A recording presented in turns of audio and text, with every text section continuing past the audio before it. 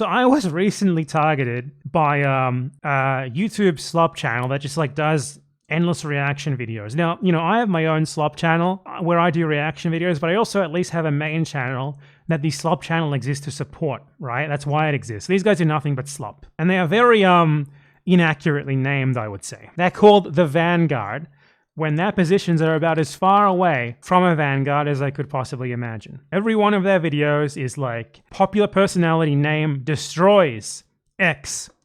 And people watch them not so much because they want to see what these guys have to say about the actual clips, but rather because just like political creator themed drama. Endlessly. Every single video is the exact same.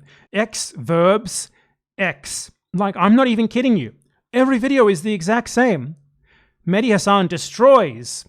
Anna Kasparian called out. Kyle Kalinske makes shocking admission. Hassan Piker, Taylor Lorenz, blah, blah, blah, blah, blah. Okay. Like, I appreciate the grift. This is what you do if you want money. It's not what you do if you're intelligent and have something to contribute. But these guys have been very angry with me lately, though they are way too afraid to make like an actual video talking about it. They have been very angry with me for like calling out Graham Platner for being a Blackwater mercenary who mass murdered Iraqis. That's one thing they're very angry about. They're very angry with me for explaining how first world unions are overwhelmingly imperialist and you should maybe put some thought into whether you should join them or not. They're very angry with that. Basically, these guys are like your generic first world, like Bernie Sanders guys, right? They are desperately offended by basically any opinion that comes from some place aside from like a white, like left-leaning liberal American. They don't want to be exposed to like someone who's not just an American giving a standard like American Bernie Sanders type opinion. It enrages them. They have kept their talking to me to like their VODs, which I believe are paywalled. Their VODs are members only, so I can't like show them here, but like they didn't actually talk about my video. They don't watch my videos. What they do is they reacted to the thumbnail. So they looked at like the thumbnail of like my Graham Platner video and they were like, oh man, come on, he's a veteran. How could you possibly mean about a veteran? All he did was massacre some brown Iraqi babies and brag about it. Even today, what's wrong with that, man? They have things to say about me, but they don't exactly get to the point of them actually making a criticism. I don't think these people are sentient. I don't think they are really capable of making a criticism. I don't think they're capable of engaging. Or they would have engaged with me, right? They would have debated me already, which I openly challenged them to and they never responded. You know why? You know why? People who make the sort of content that they make exclusively make that sort of content because they can't make good content. If you ask these guys, what is your like magnum opus? Like, what's your best ever video? What is the video you've made that you're most proud of? They couldn't tell you because they're all the fucking same. All of their content is like, X destroys X. It's the exact same. Their most popular video is, here's what Joe Rogan has to say about Donald Trump. Oh my God, this is really funny. Their most popular video is, vibe shift, even Joe Rogan knows it's over for Donald Trump. Kamala's gonna win. Are you fucking kidding me? Okay, these guys are even worse than I thought they were. Sorry, these guys are just like Democratic Party influencers. These guys were just like pro-Kamala Harris guys. How'd that go, by the way? Did she win? Maybe not. Like, if you ask me, like, which of your videos are like your favorite? I could tell you a ton. Like, video on Manifest Destiny and how it links to Nazism. Like my video on how Israelis are indigenous. Like, I have tons of videos that I could point to. You ask these guys, they honestly couldn't tell you. I doubt they even remember the specific videos that they made because they're all the same. It all just blurs into like a blob of just X destroys X type videos. So these guys are going super hard for Blackwater mercenary Graham Platner, who, as I went over, was a Blackwater mercenary in Afghanistan massacring little children for a mercenary company in 2018, right? And they are incredibly enthusiastic about him. So literally on the day when it was being widely spread that Graham Platner was a Blackwater mercenary for the first time, they posted this. Everything I learn about Platner makes me love him more. Very unfortunate day to say this. They fucking love this guy. They absolutely adore him. Like the most obvious Democratic Party plant whose purpose is to go in there and be like, I'm a veteran. We gotta tax the billionaires. That's my Bernie Sanders voice. And respect our veterans. Give the veterans more benefits to go and do imperialism, blah, blah, blah. Rebuild our fleet, our like Navy fleet. That's like what Platner's been saying. These guys see that. They are the Vanguard, right? The Vanguard Party. They're at the forefront of the left, the communist revolution. This is what they're saying about an obvious Democratic Party entryist plan candidate. So I fought it. interesting to see what they had to say about the previous version of this guy, the exact same person as this guy, a man named Fetterman. They really fucking liked John Fetterman when he was doing this exact same grift. You know, John Fetterman, who came out as immediately as like a staunch American imperialist once he was actually elected. Like, ha ha ha, I'm just a right-wing Democrat. John Fetterman exposes Dr. Oz as a carpetbagging elitist. My favorite one of this is that Nathan J. Robinson wrote an article about how Fetterman was basically a Democratic Party entryist, right? Like an imperialist Democratic Party entryist who was going to immediately do what everyone with a brain should have known that he was going to do, like these types always do. And they made a video. Kyle Kalinske rips apart Nathan J. Robinson's John Fetterman article in fiery secular talk rant. You see the SEO there? It's all about getting clicks based on this person said this about that to this other person. This is their model. They have no merit whatsoever. These guys could not connect two neurons if they needed to. And this didn't really AS very well, did it? Guess who was right here? We know who was right. We know who's going to be right in the future too about Mr. Platner, me.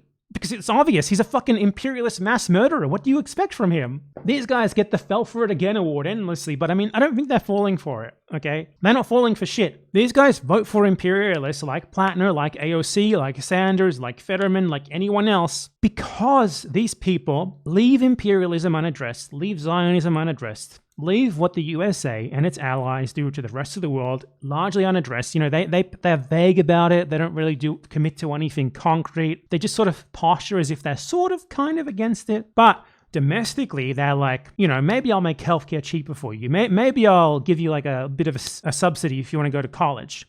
Maybe I'll increase welfare and food stamps by 5%. It's, I'll do things for you, as long as you're willing to ignore the fact that I'm at very best doing nothing regarding the imperialism, and at worst actually helping to enable it. That's why guys like this love like Platner, they love Fetterman, they love AOC, because they accept the imperial bargain. Slightly more treats for you, provided you do not go any further than the entryist candidates that the Democratic Party serve up for you. Provided you don't try to do anything independent, provided you don't try and break the mold, provided you don't do anything inconvenient for the status quo. They accept that.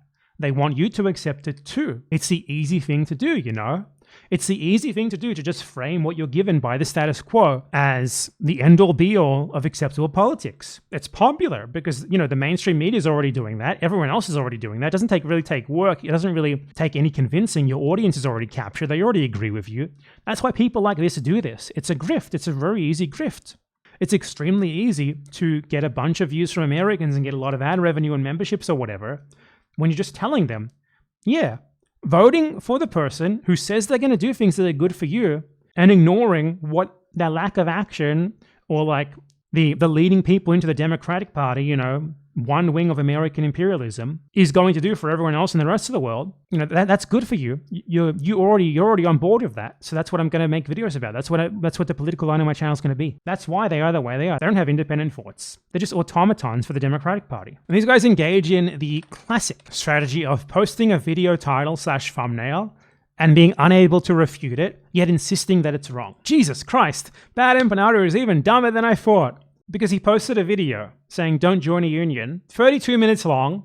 Did they watch a second of it? Did they try to refute it? These are guys with a YouTube channel. They stream every day. They post 5 videos per day. You would think they would have time to watch a 32-minute long video and attempt to refute it, right? If they disagree with it, right? And they're willing to point it out on their Twitter as if something's wrong with it, right? You'd be wrong. You'd be wrong. These guys are incapable of that. They react immediately, emotionally, to the thumbnail, but they can't refute a word in the actual video. That's pretty telling, right? They feel emotionally targeted, right? They have this immediate emotional reaction. You're telling me as an American that the things that I do in an attempt to derive benefits for myself harm others, and that I could do things to make this less harmful to others, and that I should be working towards something to eliminate any notion of choosing between me and them rather than just doing Democratic Party entryism and making sure that this dynamic continues forever. This offends me personally.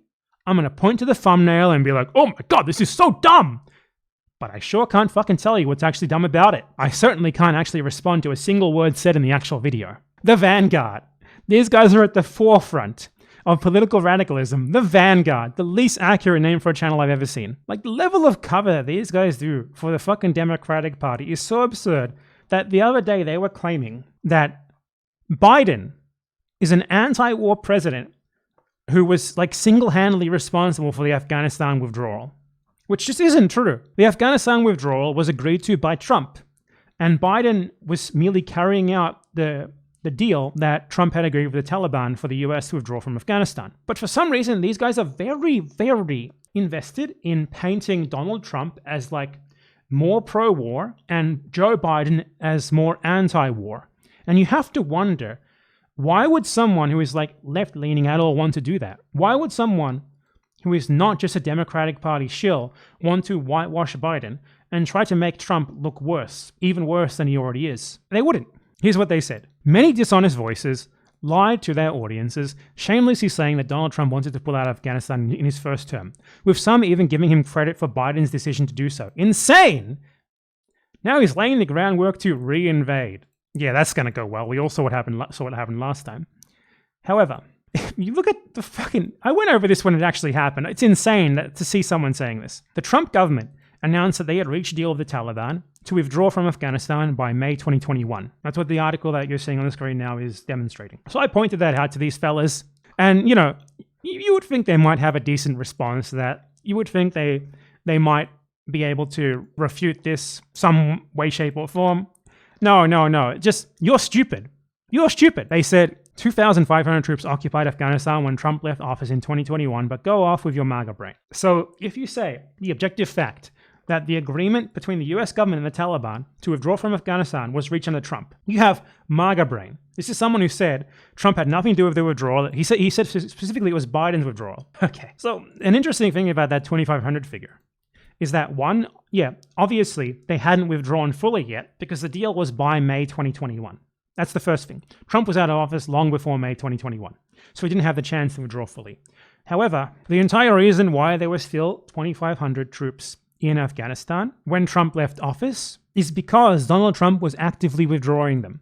As the wiki article notes here, the Trump administration agreed to an initial reduction of US forces from 13,000 to 8,000 by July 2020, followed by a complete withdrawal by May 2021. At the end of the administration, there were 2,500 US soldiers remaining in Afghanistan. So, Trump reduced US soldiers in Afghanistan from 13,000 to 2,500. So the reason why there was still 2,500 is because the US was gradually withdrawing, and the deal hadn't reached its conclusion yet. And then Biden actually violated the deal. He delayed the withdrawal until August. He didn't meet the May deadline. That's why the Taliban ended up like doing what they did, which was like an incredibly embarrassing collapse on Kabul rather than waiting for the US to withdraw first. Specifically because Biden violated the deal with Trump and he delayed months. So the Taliban said, okay, fuck this. You know, we're going in. You're breaking the deal. We're going to go and we're going to embarrass you. We're going to make you look terrible. And that's what they did. It's precisely what happened. That was Biden's fault. He's the one who failed to meet the deadline. So this is just historical revisionism on their part to make the Trump look worse and to make Biden look better. Would the Vanguard, the real Vanguard, people who are really on the cusp of left-wing politics be doing anything resembling that? No, they wouldn't. They wouldn't. They'd be doing the opposite of that, if anything, emphasizing that these two parties are one and the same. They are both a part of the one American party, the imperialism party, and the only way to do something about this, aside from things that you're not allowed to say on YouTube, is to at least attempt to work outside of this dichotomy of this status quo and build something else. At least attempt it. You know, do something different. Stop trying to do the same thing over and over again that you know doesn't work, or at least, you know, we know it doesn't work to fight imperialism. It could potentially work to get you and yours some treats, a bigger share of the profits from imperialism for yourselves, which these guys, ultimately, that's what they're really interested in. But if you're an anti-imperialist, you'll want more than that, more than what these guys are happy to accept. You know, they're happy with people in the third world dying, as long as they get something out of it, as long as their followers get something out of it, especially as long as their followers who have that same mentality keep watching their videos and giving them ad revenue and memberships. That's what they're happy with. For their 5,000th video of like Anna Kasparian going to blows with Kyle Kalinske or Destiny or whatever the fuck it is, destroying him. Or whichever, maybe it's the other way around. Who's destroying who? I don't know, but someone's always destroying someone according to their titles. So I just wanted to talk about these fucking numpty losers because they're never going to debate me. They're cowards, obviously. You know, I'd make them look like the imperialists that they are. Not that it would really matter to their audience because their audience are themselves going to be imperialists, you know, pretty normal. But yeah, these guys are Democratic Party jokers and they should change the name of that channel to like the status quo. That would be way more accurate. They're certainly not the vanguard of anything aside from like misleading people or like affirming people's support for like Bernie Sanders and what that actually means in practice, which is effectively just being a useful idiot for the Hillary Clinton wing of the Democratic Party, which is what the Kamala Harris candidacy that they previously supported was a representative of as well. The Vanguard, give me a fucking break. The dumb moronic burgers, that would be a better name.